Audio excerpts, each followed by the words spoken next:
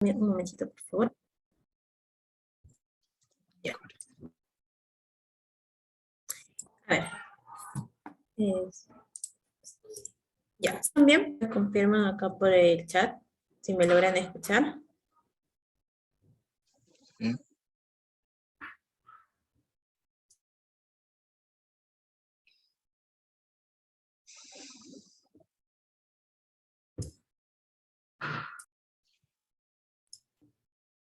Ya, ok. Buenas tardes con todos los participantes. Antes que nada, desearles un feliz día del trabajo y del trabajador a cada uno de ustedes. Espero que estén teniendo un gran domingo. Quisiera darles la bienvenida al primer webinar del año del capítulo estudiantil y triple RAS UTP. En este caso se va a tocar el tema de mantenimiento predictivo, introducción a las vibraciones mecánicas a cargo del ponente Alexander Cruz Luis, y en breve vamos a comenzar. Recordarles también que mantengan sus audios apagados. De tener alguna consulta, levanten la mano virtual o lo escriban por el chat del Zoom. Bueno, en este caso el ponente es Alexander Cruz, quien es egresado de TecSoup del 2015, de la carrera de mantenimiento de mecánica de planta, con especialidad en mantenimiento y reparación de equipos rotativos. Actualmente se encuentra laborando como ingeniero especialista, cuenta con conocimientos en análisis de vibraciones y certificación internacional nivel 2 y 3 de análisis de vibraciones.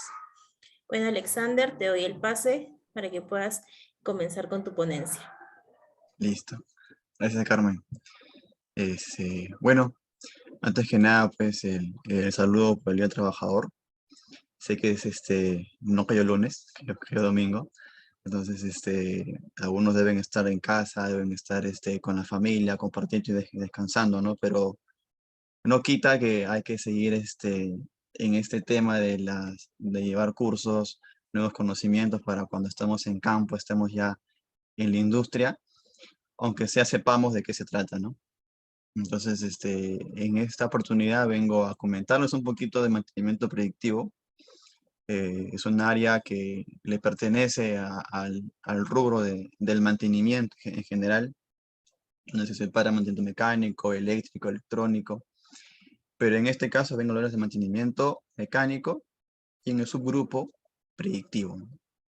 Entonces, hay técnicas que se usan en la industria, técnicas ya avanzadas, donde se usan instrumentaciones para tratar de predecir cuándo un equipo va a fallar, ¿no?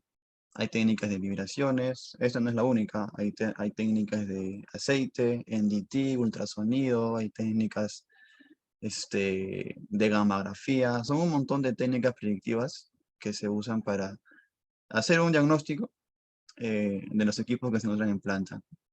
De hecho, dicho esto, bueno, empiezo con la presentación.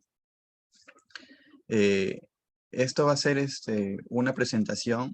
No quisiera abordar temas específicos, quisiera más que nada hacerlos o presentarlos, qué es análisis de vibraciones, ¿no?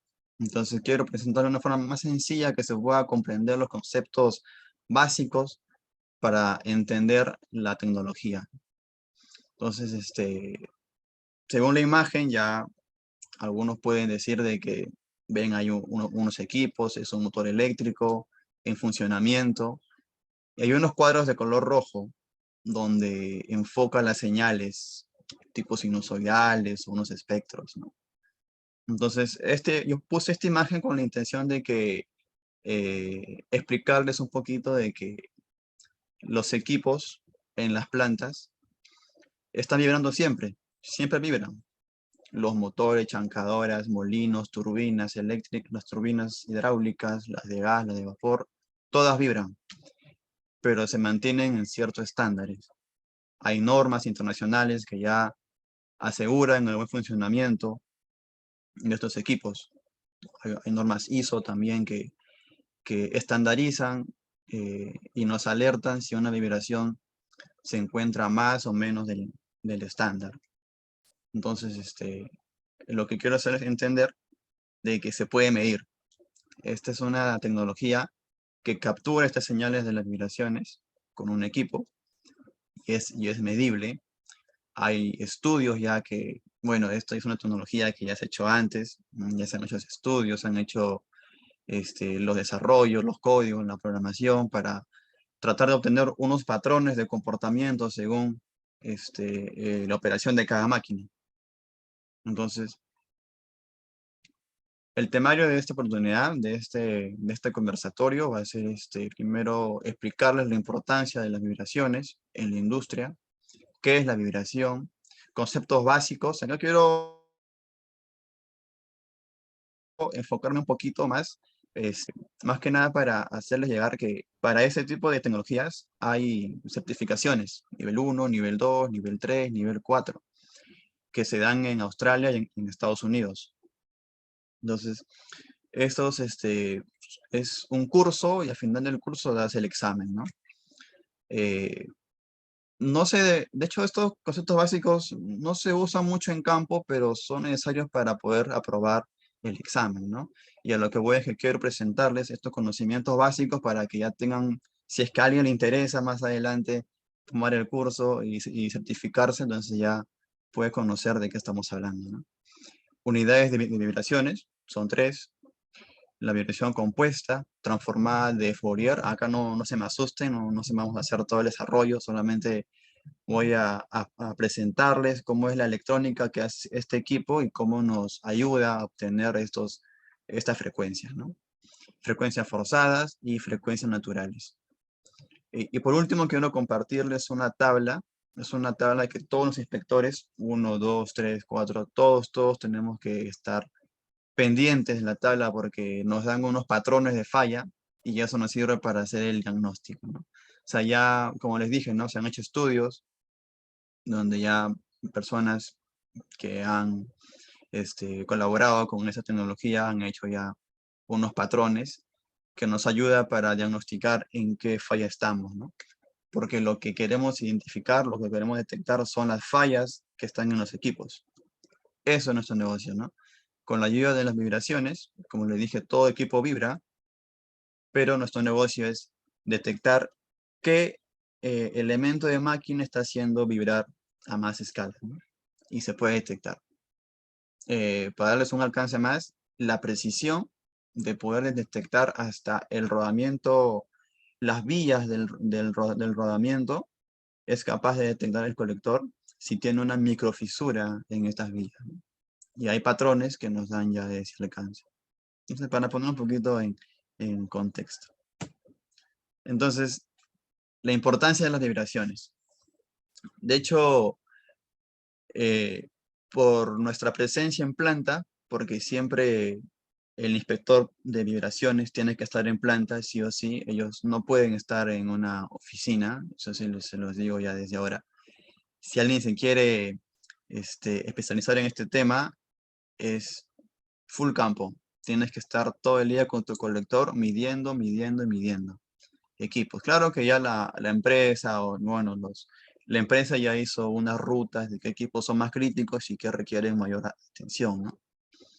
Entonces, y nuestro negocio, nuestra razón de ser es detectar las fallas, ¿no? Y no llegar que sucedan estas. Por ejemplo, unas fallas en una rueda dentada. Ahí se ven que en los flancos de los dientes se ven unas pequeñas desgastes producto de un desalinamiento entre ruedas dentadas. Entonces, esta falla se puede detectar con el colector. En la siguiente imagen vemos un impulsor, el impeller de una bomba. Esta falla comúnmente la hacen los operadores por mala operación, entre comillas, de las válvulas de ingreso y salida de la bomba. Esa mala operación, no estar en el punto de operación de la bomba, provoca una cavitación o un desgaste, erosión ahí dentro de la cavidad del impulsor. Y son como pequeñas burbujitas que se van a causar, que van a implosionar en esa sección y van a tipo desgastar esa sección metalizada. Entonces, esas burbujitas están a una vibración y puede ser detectada con el colector de vibraciones. Entonces, también hay un patrón hay un patrón de falla donde ya vemos cuál es la forma de la falla y ya nos ayuda a diagnosticar, porque cuando leemos un espectro están todas las fallas, ¿no? Entonces hay que ver qué falla es la más puntual o qué falla es la que tiene más amplitud. En la siguiente imagen es el BPFI, el famoso BPFI. No quiero asustarlos con nombres muy técnicos, pero es requisito que lo sepan. Eh, es una falla en la pista interna de un rodamiento, ¿no? El rodamiento se compone de la pista externa, la pista interna, y entre ellas hay unas vías o unos cónicos ahí que se van desplazando, ¿no? Que van rotando, ¿no? Entonces ahí se ven unas fallas en la pista interna del rodamiento, como unas pequeñas hendiduras, golpes. Entonces, tengan en cuenta que este rodamiento está dentro del componente. O sea, no hay, aquí nadie, el gerente no va a decir, oye, quiero que me inspeccionen el rodamiento tal de la máquina tal. Van a tener que parar toda la máquina, todo el proceso y postergar los pedidos para los clientes, ¿no? Eso no es tan rentable. Y es por eso que la importancia de la vibración es hacer nuestro diagnóstico con el equipo corriendo, sin detenerlo. Porque por un día que pare Antamina o Yanacocha o Bambas ahora, que son millones que se pierden, ¿no? Entonces, tampoco no se quiere que este componente, por no hacer la inspección, falle. Esta pista interna puede seguir con esta falla y puede llegar a fisurarse. Y se imaginan que un molino de bolas de Bambas, por ejemplo, o si no de Sauder, que algún rodamiento interno, que algún rodamiento o un Babi de repente tenga una fisura y pare todo el proceso en línea de producción, esa es una pérdida abismal y por eso es que nuestra presencia en planta es importante. Nuestra presencia en planta es para tratar de identificar y hacer nuestro reporte y hacerle llegar al jefe de mantenimiento o al gerente de mantenimiento para que tome acción, ¿no? Entonces, esa es la importancia para evitar fallas. La planificación, como le decía en el caso anterior, de repente podemos ver de que un molino falla y el rodamiento o el Babbitt no es comercial y no es comercial aquí en Perú y hay que importarlo a otro país. ¿Se imaginan el gasto que tienen esos aranceles por el tema de tiempos? Entonces, tampoco se quiere eso. O sea, el, el repuesto sí lo hay, pero lo hay en Australia. Y para importarlo y al día siguiente, eso cuesta más todavía. Entonces, no es tan rentable esperar que el equipo falle y después ver qué es lo que hay que cambiar, ¿no? Es por eso que nuestra planificación, nuestro trabajo ayuda a los planners para que se programen qué componentes se van desgastando y ellos puedan comprar un lote de esos repuestos para que estén en stock. Porque siempre se va a desgastar, no es eterno. Pero ya está el componente o el repuesto en stock a la espera de cuando se ya hagan toda la planificación, solamente cambien el repuesto y sigan operando, ¿no? Y no haya esa brecha de tiempo tan larga donde hay muchas pérdidas. También esa es la importancia del inspector, que siempre esté reportando el estado de los componentes. Aquí, disponibilidad y confiabilidad. De hecho, el área de predictivo, los inspectores, siempre están de la mano con el área de confiabilidad. Yo sé que algunos de ustedes, no sé si son todos, pero algunos de repente ya están trabajando, ya tienen experiencia, pero los que no, les comento que el área de mantenimiento tiene una área aparte. A veces lo consideran como una subárea dentro de mantenimiento o una área aparte, pero están siempre ahí en contacto. Se llama confiabilidad. Esta área se encarga de hacer los famosos AMEF. Entonces son los que investigan los componentes más críticos de la planta, hacen estudios de confiabilidad con estadística, sacan toda la información de SAP, no sé si alguien usa SAP, o una información de la planta en donde pueda ver la disponibilidad del equipo, ¿no? Qué día falló, qué día estuvo en mantenimiento, qué día puso en apuros a todos, ¿no? Sacan toda esa información, hacen tendencia estadística con Weibull, con un montón de técnicas estadísticas, y ellos son los que nos dicen, inspectores, tengo estos equipos que son críticos y quiero que le hagan una ruta diaria. Tengo esta lista de equipos que no son críticos y quiero que le hagan una ruta cada 5 días, algo así. Ellos ya nos ponen esas rutas, ¿no? Que sale de un estudio estadístico. Entonces, cuando digo incrementar la disponibilidad, es que si un equipo como una bomba o un motor falla, le quita la disponibilidad a operaciones de que el equipo funcione y cumpla su objetivo, ¿no? De llegar a la meta de la producción. Entonces, nuestro objetivo como inspectores es aumentar la disponibilidad. ¿En qué sentido? De que podamos ver qué componentes se van desgastando, hablar con los planners para que compren con logística, para que compren los repuestos, ¿no? Y así el cambio de los repuestos sea de inmediato y no demoren tanto en temas de comprar con los proveedores, todo un show. Entonces, le aumentamos la disponibilidad y le aumentamos la confiabilidad porque cuando un equipo le hace mantenimiento, el equipo no, su vida útil se va a extender, ¿no? Y eso es lo que toda empresa quiere. Toda empresa compra activos para que en el tiempo estos se mantengan y no se acorten, ¿no? Ese es el fin de toda compra de un activo para una planta, que le dure lo máximo posible y requieren de técnicas como estas para poder aumentar la vida útil del componente, ¿no? Porque le cambias rodamientos. Un ejemplo, un motor eléctrico, nadie le monitorea, nadie hace el diagnóstico de las vibraciones. Eh, entonces, como nadie hace el diagnóstico de las vibraciones, sucede que esperamos a que se malogre, a que algo se fisure dentro del componente y toda la máquina se destroza. He visto casos en donde toda una voluta se pega con, todo el impulsor se pega con la voluta, y le quitan la confiabilidad y o sea, todo el equipo ya es inservible, ¿no? Eso es lo que no se quiere. La otra importancia de todos estos temas de las técnicas de mantenimiento es que ya mantenimiento, todas las empresas ha separado en 3 áreas: mantenimiento correctivo, el preventivo y el predictivo. Entonces ellos ya, por su experiencia, por su know-how, de que como están todo el día con los equipos porque son suyos, saben su modo de falla, ¿no? Saben cómo el equipo falla, porque están ahí todos los días.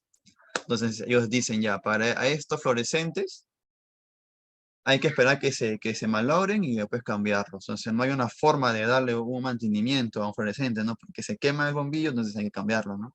Entonces, no es que sea malo el mantenimiento correctivo, sino que sale más a cuenta. Entonces, pero lo que no se busca en equipos más críticos es esperar que falle, ¿no? Entonces, la idea del mantenimiento correctivo es atender a las fallas cuando surgen al instante. O sea, estamos operando el equipo y se malogra una bomba sin que nadie lo haya monitoreado, solamente lo han reportado y vamos a atender la bomba, Igual, eso genera toda una pérdida, pero nuestra función es darle una vía útil al componente, no hay que esperar, no hay que dejarlo ahí con la falla, ¿no? Entonces hay que repararlo. Pero el correctivo siempre es un poquito más costoso, porque te saca de apuros, ¿no? O sea, el eje se ha partido, se ha fisurado, hay que traer otro eje de un tornero y el costo es un poquito más.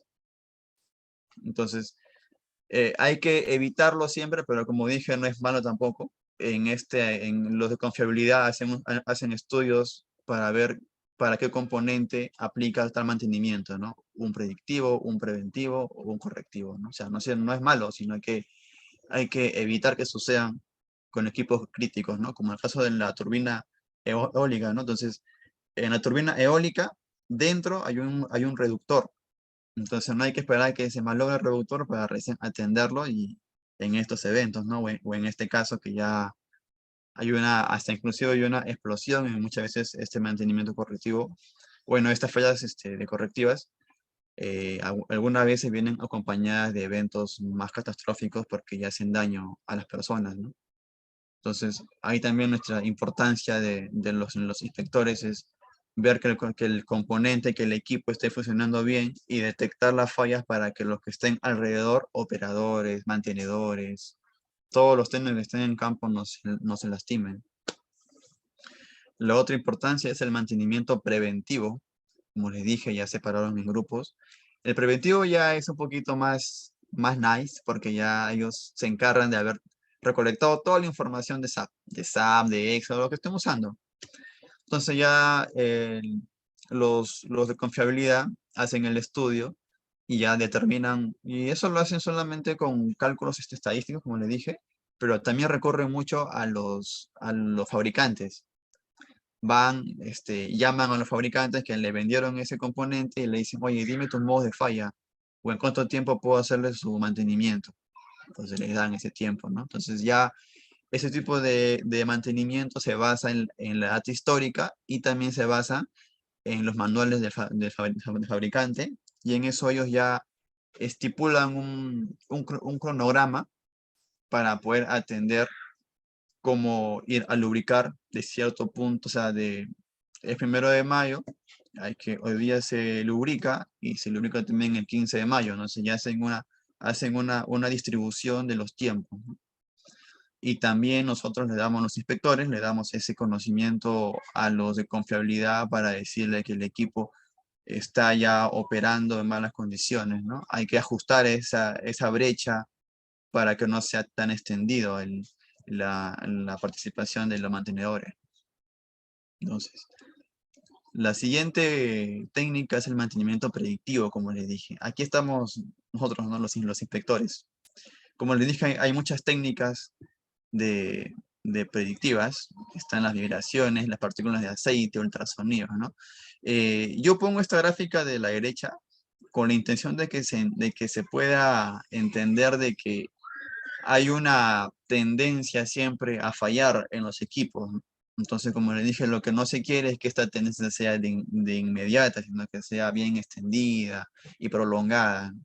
Entonces, vemos ahí que con la técnica de ultrasonido se pueden detectar las fallas al instante, dar aviso y evitar que siga bajando esa curva, ¿no? Entonces estamos en el resistencia contra el fallo y en el tiempo, ¿no? Entonces, en el punto 2 ya vemos que con vibraciones ya estamos un poquito menos que ultrasonido, pero es importantísimo la participación porque no hacemos que la curva siga bajando de inmediato, sino la mantenemos en ese estado plano. Entonces, hay más técnicas, ¿no? Partículas de aceite, NDT y mucho más, ¿no? Que nos ayudan a mantener esta curva plana, lo posiblemente plana, para que se extienda la vida útil del componente. Entonces, ¿qué es la vibración? La vibración lo podemos encontrar en un libro de dinámica, pero no es el tema ahora de rayarlos con vectores y con tanta matemática que ya existe, ¿no? La vida del inspector tampoco no es complicarse con varios temas de ingeniería, como temas dinámicos, análisis modal, ¿no? Es tan sencillo como decir que es la oscilación, que es perceptible y es medible, como les dije, en superficie de las máquinas desde un punto de reposo. Cuando la máquina se hace la instalación, se ancla al piso, tiene un punto de equilibrio, un punto de reposo. Entonces, cuando la máquina empieza a operar y tiende a que los elementos internos vibren más por el desgaste, por el uso, estas tienden a oscilar. Es perceptible hasta con la mano, pero con un sensor se puede obtener más información. Entonces, eso es nuestro negocio, ¿no? Nuestro negocio es detectar esas oscilaciones y hacer nuestro diagnóstico luego, ¿no? Entonces, el ejemplo más simple que se puede tener es el amortiguador con una pesita que va oscilando de arriba hacia abajo, ¿no? Entonces ahí de repente algunos ya son de ingeniería, mecánica, eléctrica, todos nos acordamos de nuestro movimiento armónico simple, ¿no? Que tenemos la sinusoide que va contra el tiempo, ¿no? Donde se puede hallar, ustedes saben que se puede hallar la amplitud, la fase, y se puede hallar también si es seno o es coseno, todo eso, ¿no? La velocidad, el desplazamiento y la aceleración. Esos conceptos son claves para esta tecnología porque es la sustancia de este tipo de tecnología, pero no es para rayarnos con un montón de cálculos, porque ya todo lo hace el colector, como les dije. Ahí está toda la electrónica y nuestro trabajo es ya identificar estas fallas, ¿no? Lo que nos entrega, pero no está de más saberlo porque también en el examen vienen estos temas de conceptos. Bueno, esta es una, se podría decir, el DNI de una forma de onda, porque ya tenemos todo, ¿no? Tenemos la amplitud, el periodo y el ángulo de fase. Estas preguntas son las que nos vienen en un examen de certificación, nivel 1. Nos dicen, describa usted los componentes de la onda, o de la vibración, disculpa. Y ponemos ahí amplitud de onda, el periodo y el fase, y la fase. Entonces también hay conceptos ahí de unidades, de un hertz, un CPM y tantas cosas que tampoco quiero rayarlos ahí con esos temas, pero también les anticipo de que unidades viene en un examen de certificación. Esto también es ya adentrándonos más en el tema de la forma de la onda. Vemos ahí el pico, el pico. También vemos el RMS, que es el promedio de todas esas señales, ¿no? El RMS es lo que nos va a entregar el colector. Y el RMS es lo que vamos a ver en las tablas de ISO, si estamos dentro o fuera de la especificación. Entonces, como les dije, hay unidades. Unidades para cada rango que se pueda medir. Por ejemplo, las vibraciones todos sabemos que se puede medir el desplazamiento, la velocidad y la aceleración. Con un proceso de integración y derivada podemos obtener a estas mediciones, pero cada una tiene una unidad en particular. El desplazamiento se mide en mils y siempre en pico. Mils, una milésima de pulgada, o micras, también en pico. Eso es su forma de unidad. O sea, nunca los sorprendan en planta que les digan cuál es la unidad de desplazamiento. Ya saben cuál es la unidad. Igual en velocidad. Siempre, bueno, acá en Lima se mide, o en Perú se mide milímetros por segundo. Es fijo, eso no se mueve. Quizás en Europa o en Estados Unidos usen la pulgada por segundo, pero acá no. Y por último, la aceleración, que se mide en Gs o milímetros por segundo cuadrado. Entonces, ¿a qué voy con esto? Son unidades de medición distintas, ¿no? Desplazamiento, velocidad y aceleración. Pero ¿y por qué vienen estas tres unidades? Porque para cada rango de medición se puede detectar diferentes fisuras o diferentes fallas en el componente. Como dice la tabla, en desplazamiento, nada más puedo ver el movimiento estructural que se basa a los esfuerzos que ocasionan los componentes internos. Entonces ahí vemos fallas como lo que es alguna desalineación, quizás. Entonces, y en velocidad se miden todo lo que tenga que ver con la fatiga. Tengan en cuenta que la fatiga es las fallas más usuales o más comunes que están en planta. Entonces, en este rango se encuentra el desbalance, la soltura, desalineamiento, se encuentra desalineamiento de la faja, de las poleas. Todas las fallas se encuentran, bueno, en su gran porcentaje se encuentran en este rango. En la aceleración, ya como se mide en más alta frecuencia, ya encontramos fallas un poquito más rebuscadas, ¿no? Como es esas fallas que les indiqué en la pista interna del rodamiento. Entonces, como es tan preciso y bien, se podría decir, interno, ese componente está bien escondido, entonces lo miramos en alta frecuencia y lo miramos siempre en aceleración. Entonces, como les digo, ¿no? Para cada medición hay un tipo de falla, ¿no? Donde esto nos sirve más que nada para configurar nuestro colector, porque una cosa es que nos den el equipo para medir las vibraciones, pero hay que hacer la configuración, porque no es igual medir un molino que un motor de un HP o HP. No es lo mismo. las fallas son diferentes también. Entonces hay que saber cómo configurar el colector con respecto a estas unidades. Porque el colector te pide qué unidades vas a poner o vas a medir, ¿no? Entonces, no está de más saberlo también. Y acá vemos el tema de la transformada de Fourier. Cuando yo lo escuché, cuando llevé mis cursos también, como ustedes también lo van a hacer, eh, cuando leí esto de la técnica de Fourier, como que a todos nos rayó. Disculpen un momento, por favor. Entonces, cuando vemos el tema de Fourier, como que nos asusta, porque creemos que es un tema que involucra...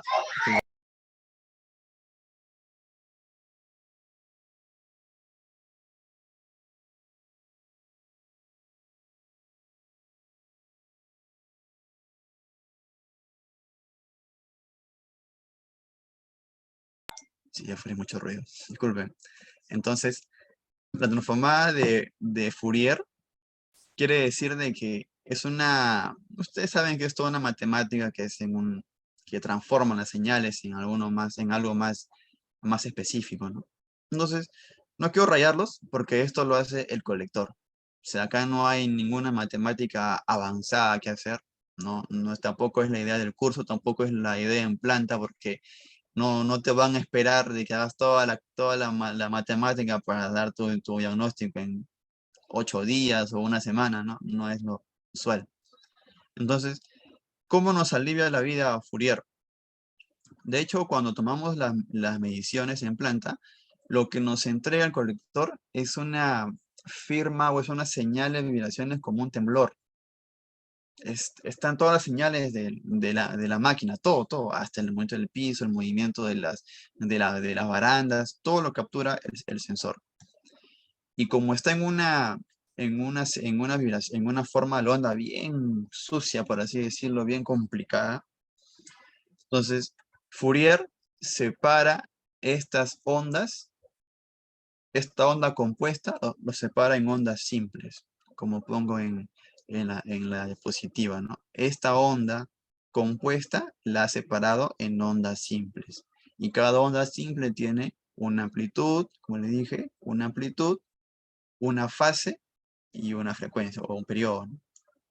Entonces, eso es, eso es lo que nos ayuda, con eso nos ayuda esa técnica matemática, ¿no? Y no solo eso, aparte de segregar en ondas simples, en el lado lateral de esta gráfica vemos unas frecuencias a 1 por, 3 por, 5 por, 9 por. Entonces, ya no nos muestra la forma de onda, sino nos muestra los picos que ha alcanzado esa forma de onda, porque hace una matemática y un filtrado también para eliminar lo negativo de la onda y nos muestra los picos, ¿no? Y podemos saber quién tiene más amplitud que la otra. Entonces, con esta matemática nos ayuda a Fourier para poder identificar qué componente tiene amplitud más alta, ¿no? Porque ha hecho un segregado antes, ¿no? De una onda compuesta, la ha separado en ondas simples y después ha mostrado el espectro. Pero ustedes me dirán, ¿y de dónde viene la onda simple? ¿O qué está midiendo, no? Entonces, acá les respondo. Bueno, acá es otro ejemplo de que en el lado donde está la gráfica, donde está la onda compuesta, pueden ver de que es una onda, pues que no se entiende nada. De hecho, los nivel 1, nivel 2 no entienden esta forma de onda que es bien complicada, ¿no? O sea, gente con experiencia puede ver qué componentes están adentro, ¿no? ¿Qué componentes están que se mueven adentro? Pero nos ayuda ya esta matemática de segregar o separar la onda compuesta en ondas simples. ¿Y qué nos da? Después, unos espectros en el rango de las frecuencias. Acá podemos ver que el componente de repente, que una línea, o sea, una onda estaba a 5 Hz. Entonces, en el espectro nos muestra que está a 5 Hz, pero ya nos muestra un pico nada más. Un pico, igual a 20 Hz, 25 Hz. todo lo captura. Pero como le dije, ¿y qué captura en realidad? ¿De dónde viene la onda simple, no? Viene de un componente ya en su totalidad y funcionando, ¿no? Ahí pueden ver que tenemos un motor eléctrico en la parte de la izquierda, un motor eléctrico seguido de un reductor y una bomba. Entonces, nuestro trabajo como inspectores empieza también como les dije, era identificar las fallas, ¿no? Pero previo a eso,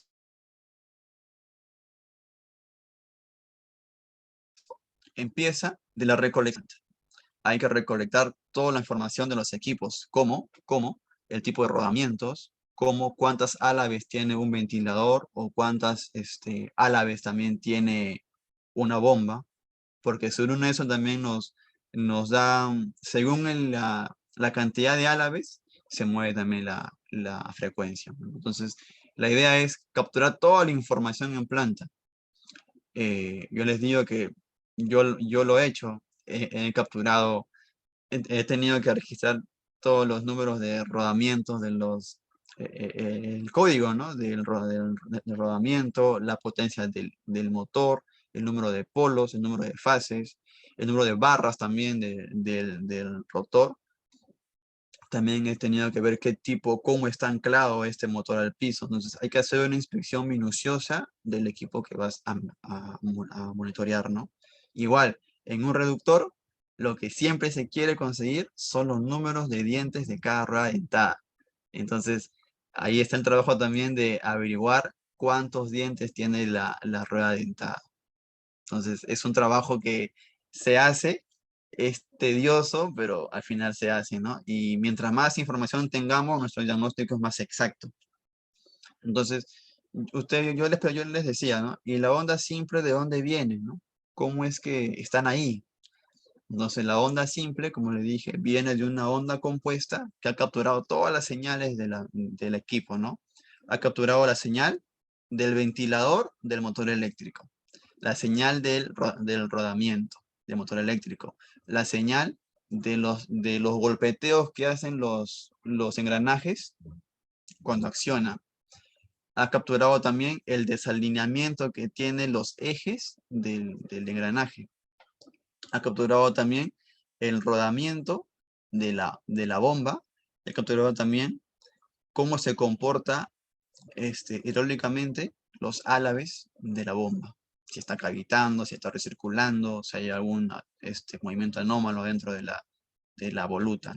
Entonces, Fourier ya nos salió de la vida, donde dice, tu rodamiento del motor se encuentra a 2 Hz, así, pam, pam. El rodamiento de la bomba se encuentra a 5 Hz. Entonces ya sabemos a cuánta frecuencia está girando cada elemento. Entonces ya tenemos toda la firma del componente. Ya tenemos como su DNI de esta bomba, motor, todo. Tenemos su DNI y podemos ver sus espectros, ¿no? Y podemos monitorear su amplitud. Si está alta, si está baja, bueno, si está alta hay que dar aviso, ¿no? Eso es nuestra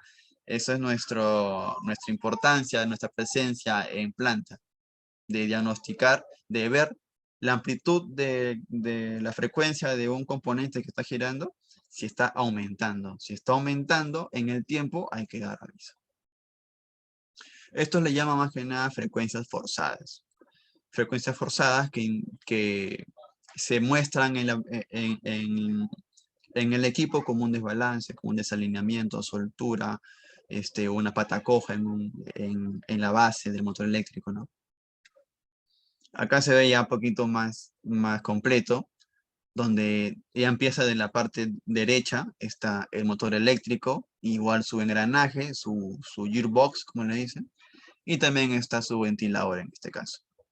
Entonces, en este esquema, ya, bueno, en esta imagen se puede ver de que ya se tiene el número de barras, se tiene también el número de dientes de cada engranaje. Se tiene también qué tipo de rodamiento es, 2, 2, 2, 1, 2. Entonces, en eso consiste el trabajo del inspector, es recolectar toda la información de los equipos para hacer un buen diagnóstico. Por ejemplo, en la gráfica que aparece debajo de todo el esquema, vemos un rango de frecuencias, es un espectro, y podemos ver que hay espectros, por ejemplo, acá ya está diciendo que el Gear Match Frequency, que es una falla de los engranajes, se encuentra a 1807 Hz, casi llegando a 1000, como está, 1800, casi a la mitad. Entonces, se dan cuenta la importancia de que con respecto de encontramos con qué frecuencia está girando el componente y el colector nos muestra esta plantilla, ¿no? Y podemos ver si en qué amplitud estamos altos, estamos bajos, ¿no? Entonces, con esto ya nos aliviamos. Bueno, el análisis de espectro, pues, se usa en un diagnóstico, porque hay más técnicas con el colector: análisis de espectro, análisis de onda, análisis de fases, BAM test, ODS. Entonces, son un montón de técnicas, pero la más básica y la más importante también es el espectro, porque nos ayuda en un 30%, 40% a saber o a identificar la falla. Hay más técnicas o hay más, sí, técnicas que se usan, como les dije, la forma de onda y más cosas, que ya ayudan a completar un buen diagnóstico, ¿no? Porque yo les digo que hay que tener cierta seguridad cuando entregas un informe a la gerencia de mantenimiento. Puedes entregar un informe erróneo y puede llevar a pérdidas considerables, ¿no? En tu informe puede decir, bueno, puede decir, acabo de detectar que el rodamiento del motor se encuentra en la fase final de su desempeño y hay que cambiarlo en tu informe, porque has visto los espectros nada más. Entonces, hay gente también que por cierta flojera no analiza todas las formas que hay, ¿no? Entonces, se basa nada más en el espectro, que te dice si ahí están las frecuencias marcadas, ¿no? Pero pasa de que cuando van, ya la gerencia recibe esa información, habla con planificación, habla con logística. Entonces, ellos ya hacen la programación de la intervención para cambiar el rodamiento del motor, destapan el motor, no, primero toda la línea de producción la paran, lo detienen, intervienen ahí con mano hombre, con los técnicos, con las máquinas, destapan la máquina con izajes, chambazas, y destapar un motor, como les digo, los que accionan los molinos en Sauder son motores inmensos. Entonces, esos motores no se desarman en un taller convencional, usan ya unos sistemas hidráulicos para izar toda la carcasa, la chumacera, es todo un show. Entonces, está la casualidad de que tú has dado en tu informe de que cambian el rodamiento, que ya está crítico a punto de fisurarse, y cuando destapan encuentran que está bien. Pasa. Entonces, eso es una pérdida para la planta, para la empresa, y hay unas sanciones también cuando no diagnosticas bien.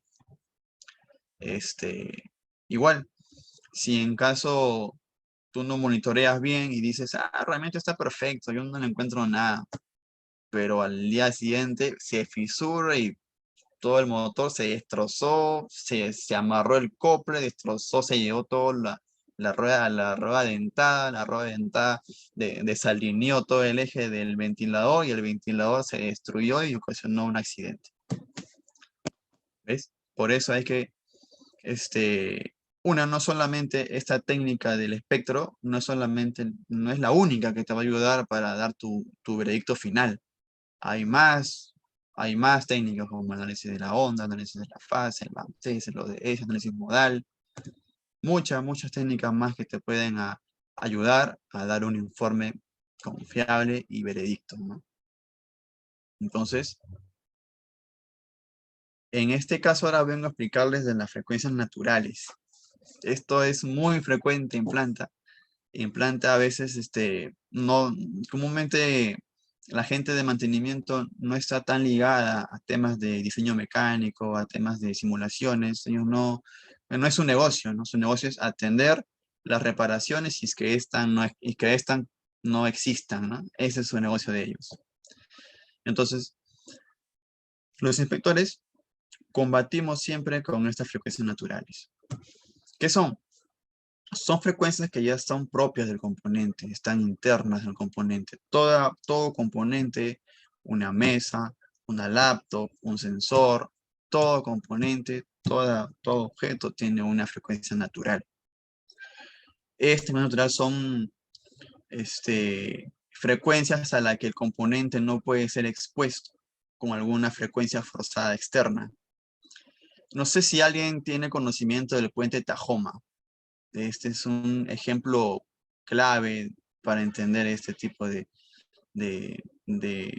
efectos, ¿no? Que esto conlleva a la resonancia. Yo les quiero presentar un videíto rapidísimo para no acortar esto, para no hacerlo tan extenso. Se creó un puente ya en 1930 y pico. Un puente. Era el puente boom de esa época. La gente hizo toda la ingeniería, los cálculos para que el puente pues sea rígido y cumpla su función, ¿no? Entonces, pero en esta época todavía no se habían hecho los estudios de las vibraciones. Se conocía así, pero nadie había hecho los estudios, ¿no? Entonces, como ustedes pueden ver, fue todo un show porque hicieron la inauguración. Esto fue en Estados Unidos. Esto no es un video que se ha hecho recién. Entonces, hay una teoría en vibraciones donde se dice que, como les dije, si tenemos una frecuencia natural de un componente, de este vaso, por ejemplo, bueno, no se puede ver, miren cómo se mueve, y si una vibración externa tiene la misma frecuencia de la vibración natural, de la frecuencia natural del componente, la vibración se eleva hasta la destrucción. En este caso, este puente tenía sus frecuencias naturales ya establecidas por su diseño y vino un viento que tenía la misma frecuencia que la frecuencia natural del puente y tuvo esta deformación modal. Entonces, quiere decir de que si como le digo de nuevo, si es que un componente externo tiene la misma frecuencia de la frecuencia natural del componente, bueno, el otro componente, va a hacer que este componente se eleve la vibración. Y para eso tiene formas modales, donde ya matemáticamente se puede demostrar la forma modal de este componente. Alexander, Entonces, ¿se disculpa que puede ver? no, se está visualizando tu PPT nada más. Ah, ya, disculpen, no, no sabía cómo presentar. Ah, aquí está. Ahí se puede ver.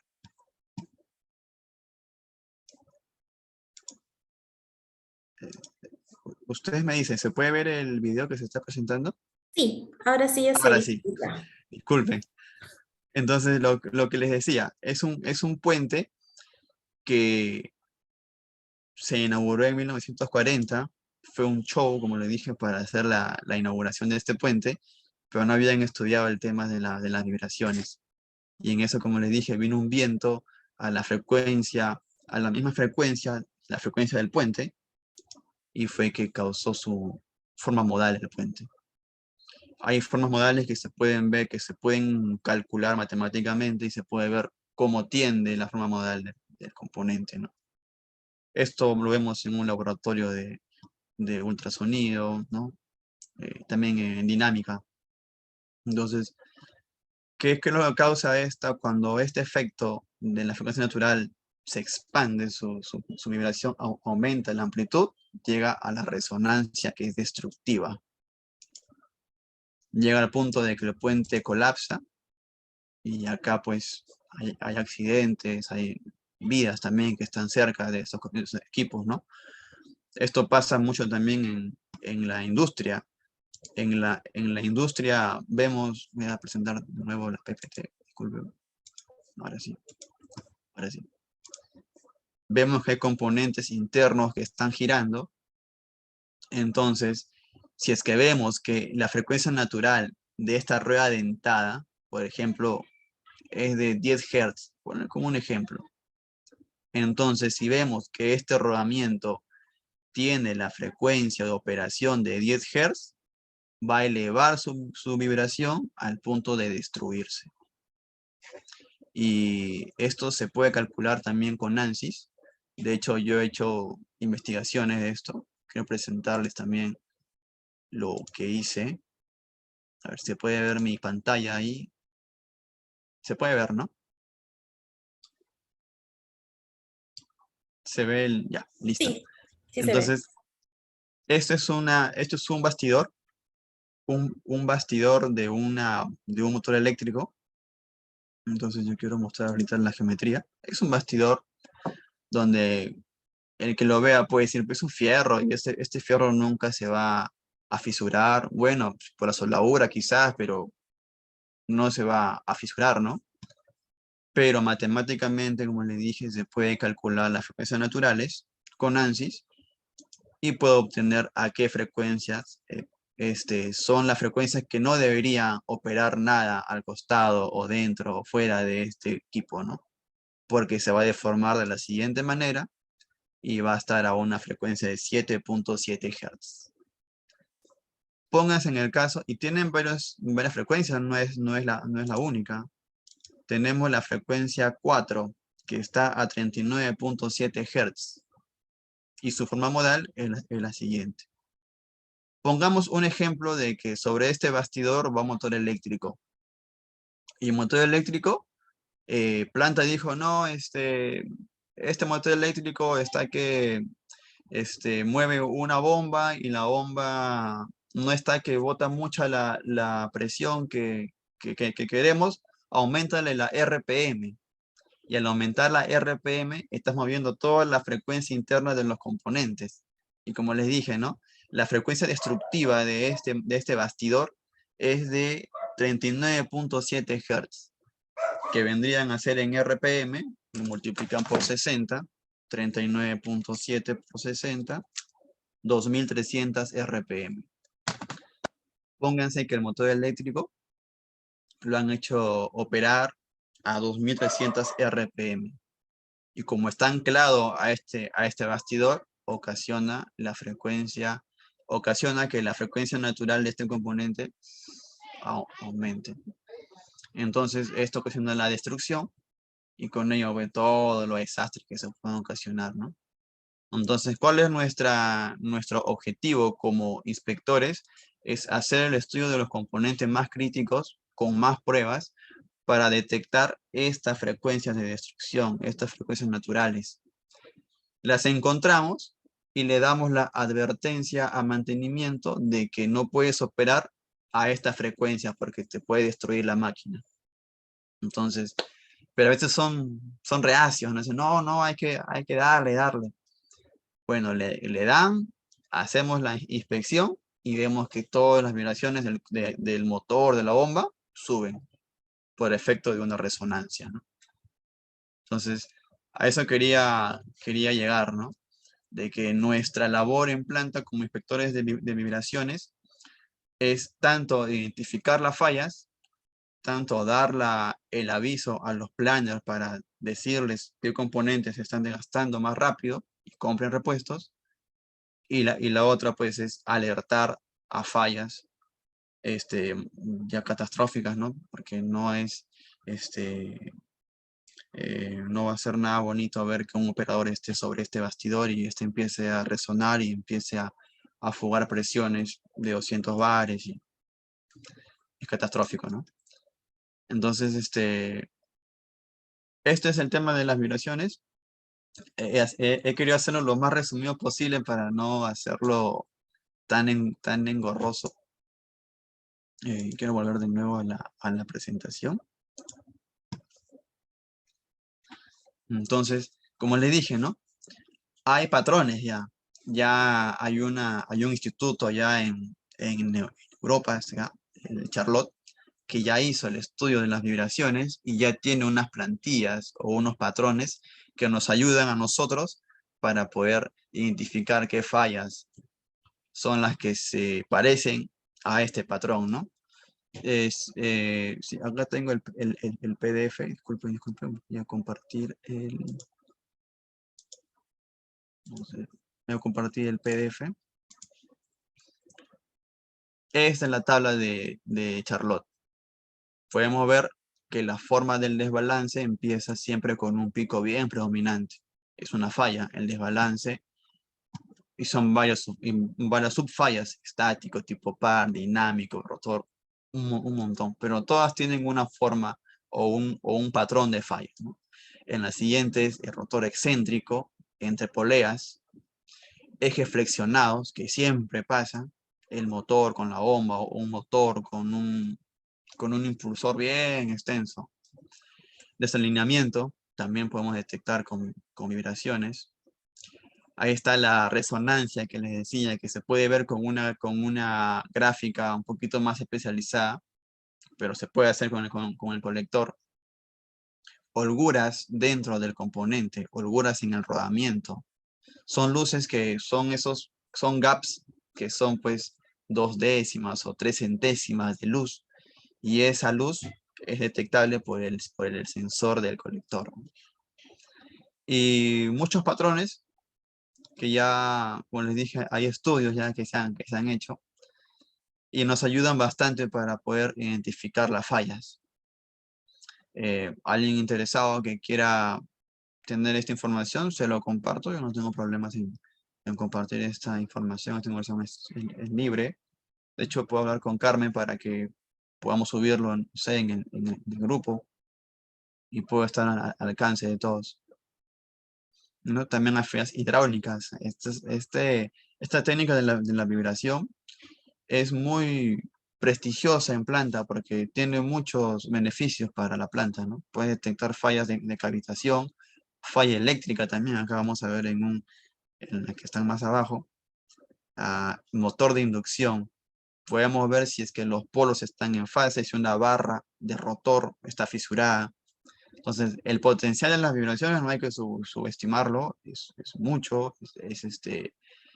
también remuneradamente también es buena. Donde he visto más necesidad de esta tecnología es en mina y en plantas de liquefacción de gas, o en LNG, o en oil and gas. Es una técnica bien remunerada, pero requiere mucho entrenamiento, ¿no? Porque vas a dar un diagnóstico a un gerente de planta para intervenir su equipo, ¿no?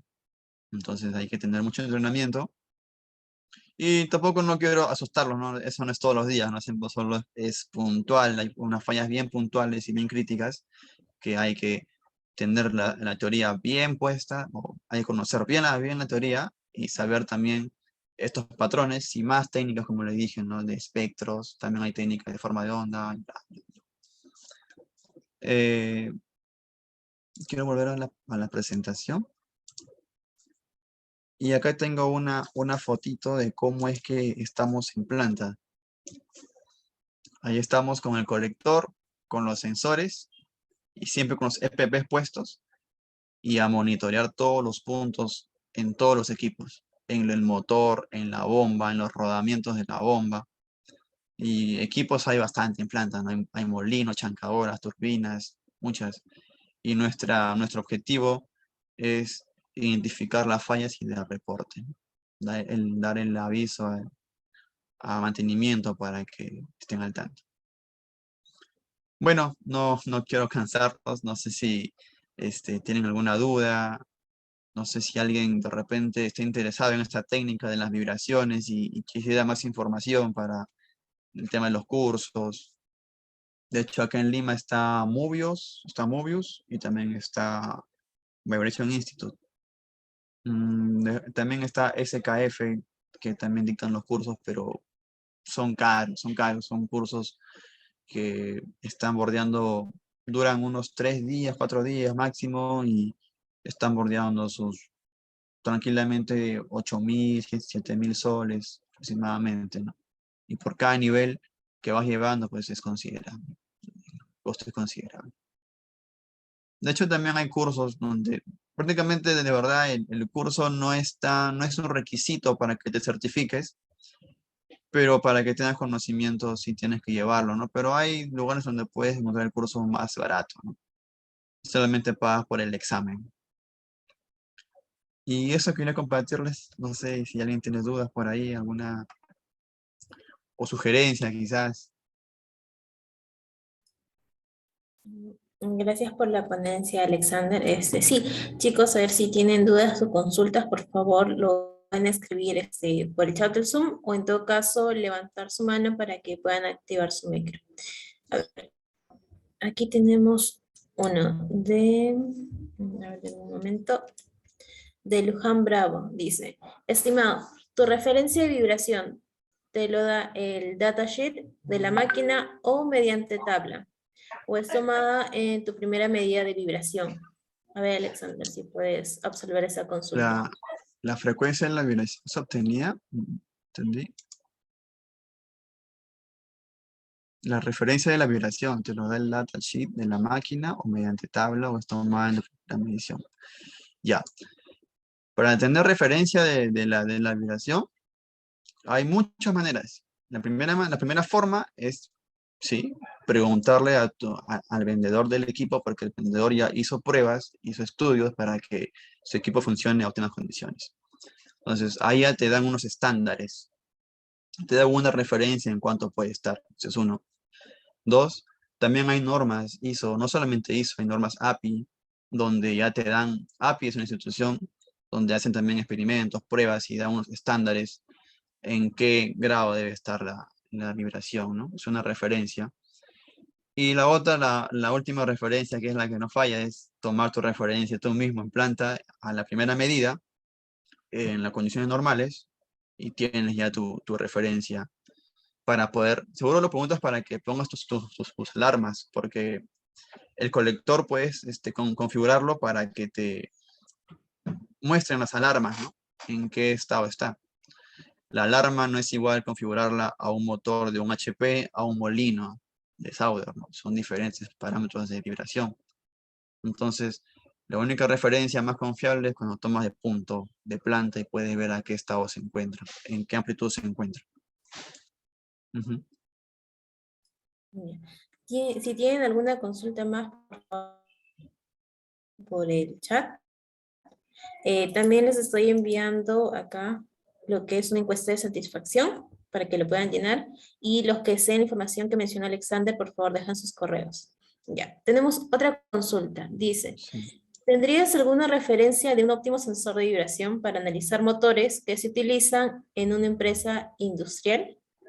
Claro, claro. Hay sensores, le llaman acelerómetros, los más usados. El que aparece en la imagen es uno de ellos, acelerómetros, que se miden en Gs, pero el óptimo no se podría decir óptimo, se podría decir seleccionado para cada aplicación, porque así como hay acelerómetros, están los velometers que miden las velocidades y también están los sensores de probeta que miden los desplazamientos. Entonces, como les dije en la presentación, hay una medición para desplazamientos, para velocidad y aceleración. Para desplazamientos más lo usamos para turbinas, para molinos, para ver en qué punto se encuentra todo el eje, ese eje robusto del shaft, bueno, de la turbina, por ejemplo, ¿no?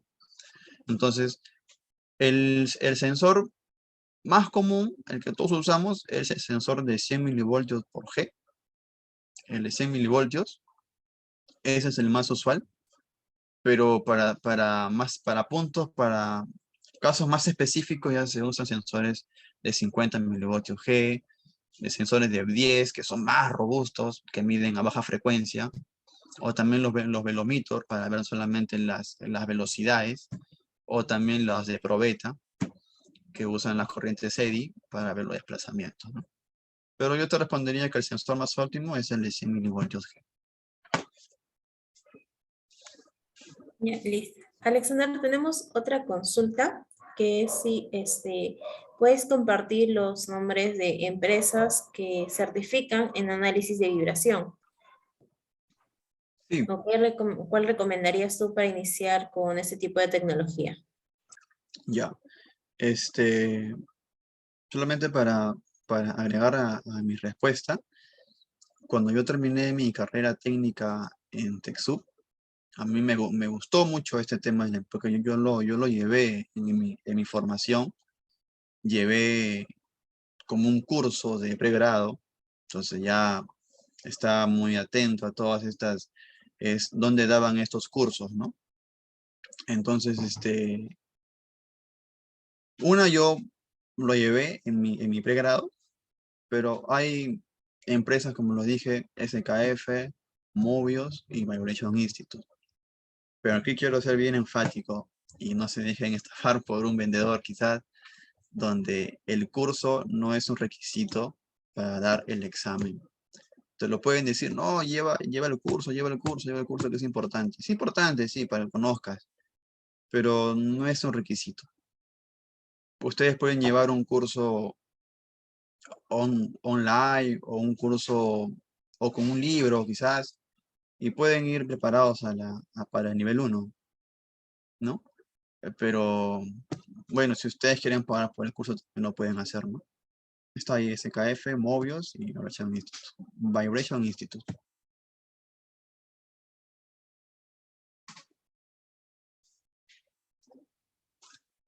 Sí. Tenemos otra consulta, es ¿qué opinión tienes sobre lo que es vibómetro? El vibrómetro. Sí, sí lo he usado. Este, el vibrómetro lo usan, no lo usamos nosotros, los inspectores, más lo usan los operadores.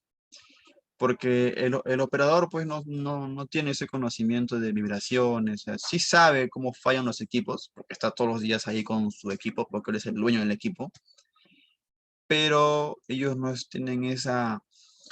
tienen esa capacitación para detectar esas fallas, ¿no? Con los espectros, la forma de onda que les dije, ¿no? Ellos usan más que nada esos lápices, son unos lápices así como un resaltador, donde tiene acá un display que le muestra el RMS, el promedio de las vibraciones, ¿no? Eh, yo no lo recomendaría porque te lleva al error. De hecho, como les dije, el RMS es el promedio de todos los picos, de todos los picos que se muestran en la frecuencia, ¿no? Ten en cuenta de que los picos que están a alta frecuencia son pequeñitos. Los picos, por ejemplo, de los rodamientos no pasan de 1, de 1.5, 2. Y cuando ya está en 2, 3, ya este rodamiento ya está con falla. Entonces, si yo saco el promedio de toda esa barra de frecuencias y con una frecuencia, con una amplitud de un desbalance, por ejemplo, entonces cuando saco el promedio, me lo va a filtrar y no voy a detectar las fallas que tengo de los rodamientos, de los engranajes, las fallas eléctricas, hidráulicas, hasta la falla de lubricación también que se pueden ver en altas y son pequeñitas de amplitud. Una mínima amplitud que crezca es una falla y eso no lo vas a ver con un lápiz. Por eso yo no lo recomendaría.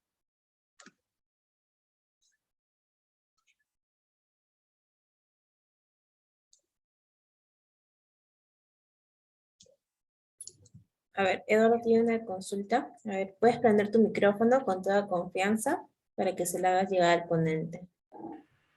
Muchas gracias. Muy buenas tardes, Hola, Alexander. Eduardo. Mire, yo soy un egresado de Ingeniería Electrónica y Ujú. bueno, por lo que pude ver su ponencia me pareció muy interesante, muy educativa de hecho, porque hay ciertos temas de vibración que nosotros tocamos, no Ujú. exactamente digamos para máquinas eléctricas, pero sí, por ejemplo, para la parte de telecomunicaciones, ¿no? Y ha habido muchas similitudes con lo que vemos nosotros, ¿no? Ah, Y lo que, en el área que yo estoy más que todo interesado es en la parte de instrumentación y control. Y quería hacerle la consulta. En su trabajo, ¿ha visto en qué se desenvuelve el ingeniero electrónico en el área que usted trabaja? Que no lo tengo muy claro. sí, Y tengo muchas dudas buena respecto pregunta. Es una a muy buena trabajar. pregunta. Sí. Bueno, eso también yo me lo hice cuando estaba saliendo de, de mi carrera. He tenido la oportunidad de trabajar en otros países también, atendiendo estos temas de vibraciones, pero donde tuve la experiencia con una empresa americana aquí en Perú, donde toda su tecnología era, bueno, es, si mal no recuerdo, es los de Emerson. Ellos ya, Emerson ya tiene todo un paquete de sensores, instrumentación y su escala, ¿no? Que hacen la instalación allí en planta, pero de hecho, para entender estos temas de vibraciones, debes de tener estos conceptos mecánicos, de las solturas mecánicas de un engranaje, de un rodamiento, ¿no?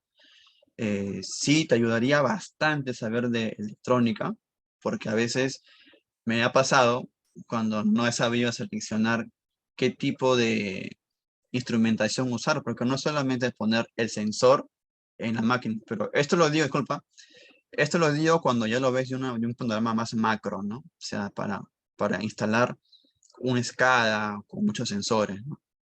Ahí sí, también hay inspectores de vibraciones que se encargan de monitorear, pero ya en una computadora, ¿no?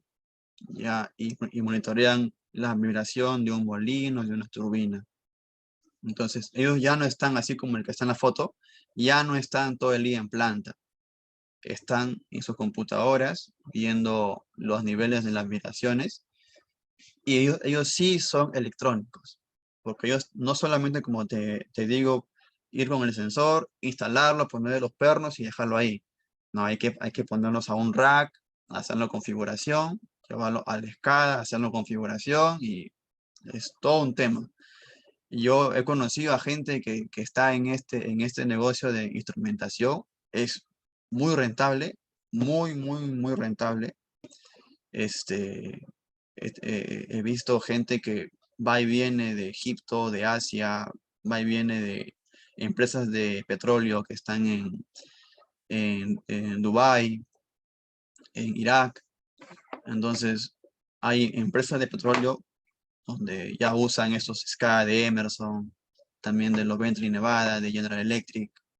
Y sí sería bueno que aparte de dominar el tema electrónico, también tengas conocimiento de cómo son los modos de falla mecánicos de los componentes, porque siento que eso les falta, y bastante, ¿no?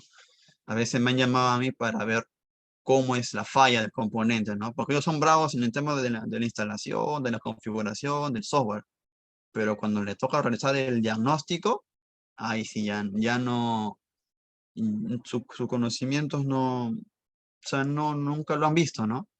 Pero con su experiencia, he visto gente también que con la experiencia de verlo todos los días, lo han aprendido, ¿no?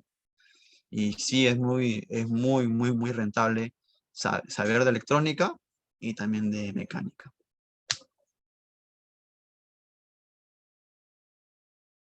Muchas gracias por su respuesta.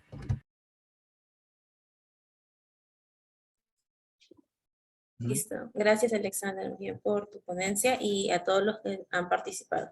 Voy a enviar la encuesta de todos los que deseen la información que mencionó Alexander, lo pueden poner sus correos dentro de la encuesta para hacerles llegar, ¿ok? Dentro de la encuesta, por favor, colocan sus correos para que se les haga llegar la información. Sí. ¿Alguna otra consulta, chicos? A ver.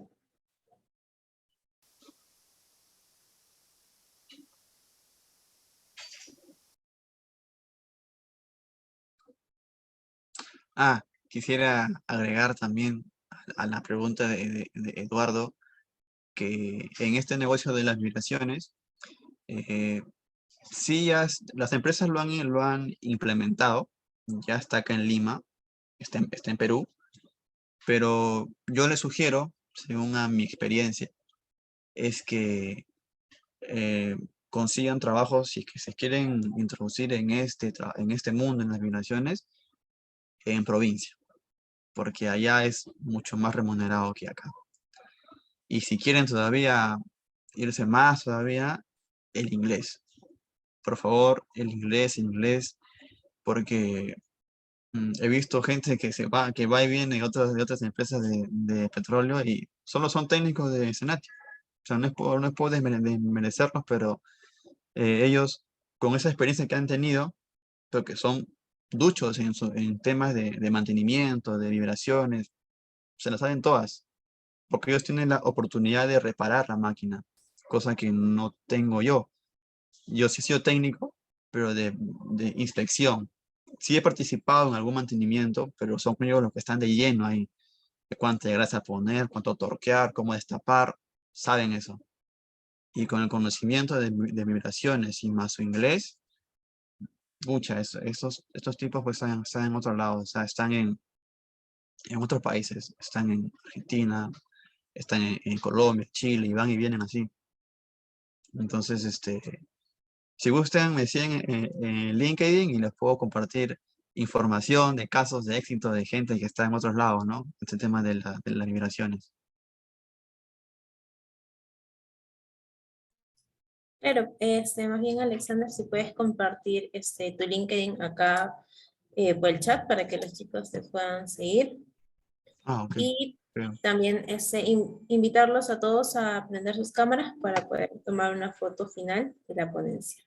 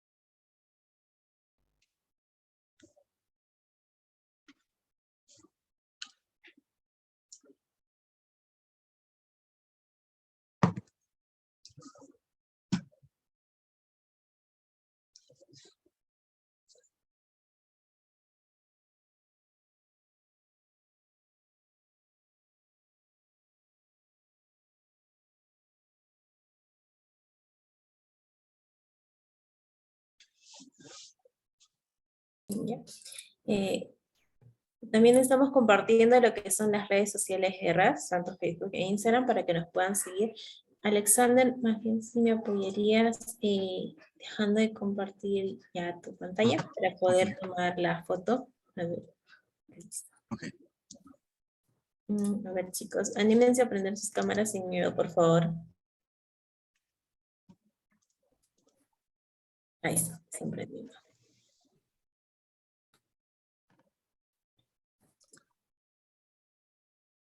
A ver. Ya.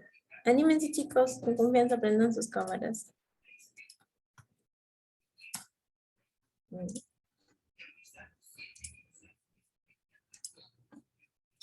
Ya. Sonrían, por favor, voy a tomar la captura. Sonrían, chicos. Ahí está. A ver, una más. Una más.